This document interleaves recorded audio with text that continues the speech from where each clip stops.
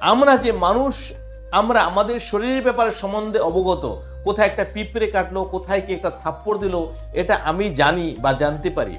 কেননা আমার মধ্যে যে শক্তি আছে সেটা হচ্ছে অনুচৈতন্য, মানে একটা কণা মাত্র অনুভব আছে বা চৈতন্য শক্তি আছে। আর ভগবান কিন্তু বিভু চৈতন্য, অর্থাৎ এই সমগ্র জগতের মধ্যে যত রকমের জীব আছে, এই সমস্ত রকম জীবের সাথে কোথায় কি ঘটনা হচ্ছে, কে মার খেলো, কে মার দিল, এই সব কিছু কিন্তু উনি জানে।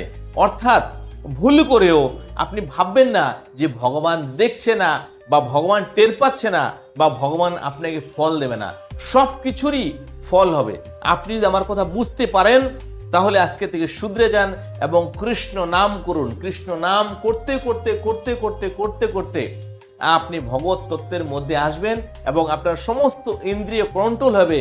তখন আপনার বাক